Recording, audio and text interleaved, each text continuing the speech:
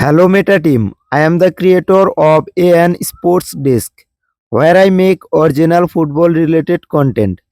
All videos are edited, scripted, and voiced by me. Neymar, Two, Messi, I three, research and collect data, write comparison points, and then using editing software to create engaging and informative football videos.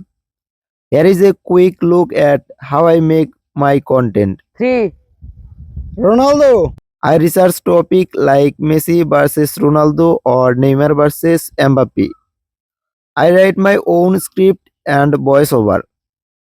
I edit videos using apps like InShot to add clips, states, effect, and transition. I do not just reuse other people's video. I add value, analysis, and creativity to every post. This is my own effort and creativity. And I hope this video helps shows that my content is original. Thank you for your time and consideration.